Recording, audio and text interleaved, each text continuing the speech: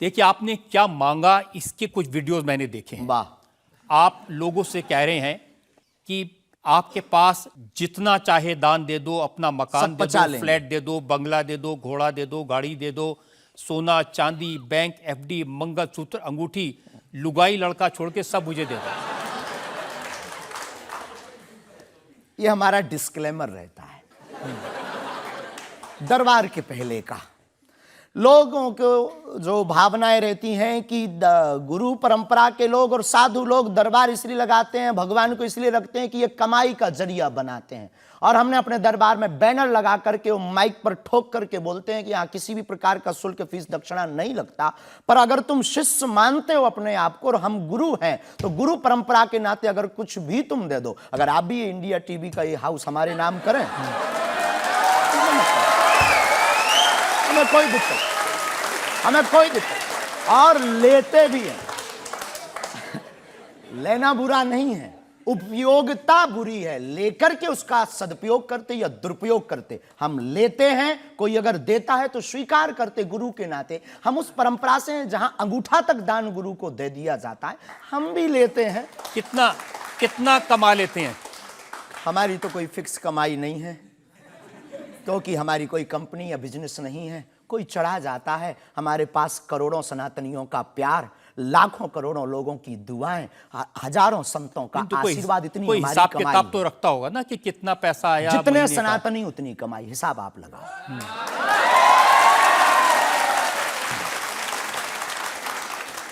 ज्यादा बातें इसलिए होती हैं कि आप जो स्टंट करते हैं पब्लिसिटी के लिए, आप ऐसी ऐसी बातें कह देते हैं। आप कहते हैं कि बिना वीजा के हनुमान जी रावण की लंका में घुस गए थे। ये जो मॉडर्न युवान भाई बहन है, इनको लंका प्रवेश के बारे में बताएंगे तो इनको ये लगता है कि ये घिसी पिटी बातें इनके दादा परदादा बताते रहे, ये बेचारे ऊब गए। इनको कुछ ऐसा चाहिए कि उस अध्यात्म से ये कनेक्ट हो पाए। और जैसे रावण ने मुझसे फोन पे बात की। हाँ बिल्कुल, हम वही बोलने ही वाले थे। लगता है आज हमारी शक्ति आपके पास पहुंच गई। तो हमें आपको समझाना है, रावण से फोन का बात का मतलब सबके अंदर रावण बैठा है। कोई ऐसा दुनिया में नहीं जो गलत कृत्य देख रहा, गलत कर रहा और सच जानते हुए चुप है, वो रावण की दृष्टि का आदमी। तो हनुमान जी लंका गए, इसको इन युवानों को कैसे जोड़े? इन्हें तो वीजा, पासपोर्ट, फॉरेनर ये शब्द पता है। तो इनसे कनेक्ट करने के लिए हमारा अध्यात्म इतना विशाल और इतना अथाह है कि उसमें कुछ भी आप डाल दो वो आप सोच रहे हैं कि आपको अध्यात्म पता है, इनको नहीं पता।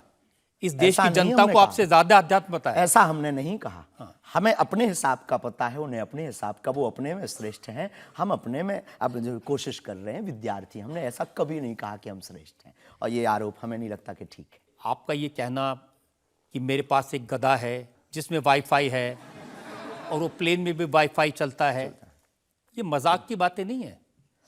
लोगों की दृष्टि से, भावनात्मक दृष्टि से देखा जाए तो ये बहुत गहरा विषय है।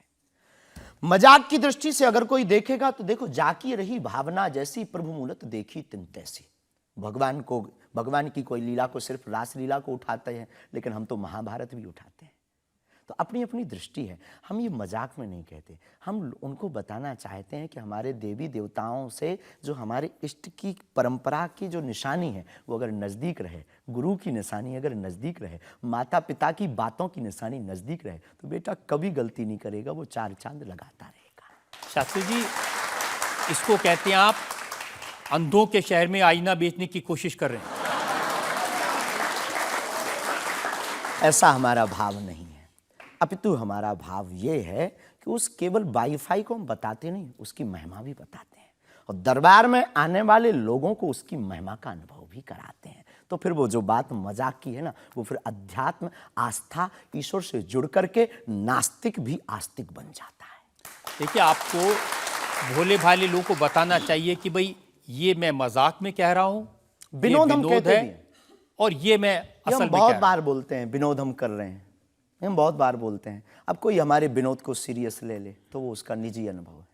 तो अब मैं लोगों को बता दूं कि एक बार बगैर टिकट पकड़े गए थे आप रेलवे में।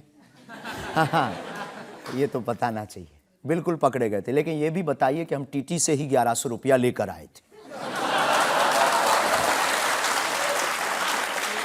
उसी टीटी से लेकर आए थे, और जिस वाईफाई की आपने चर्चा की उसी वाईफाई की दम पर उसके बाप का नाम बताकर लेकर आए थे।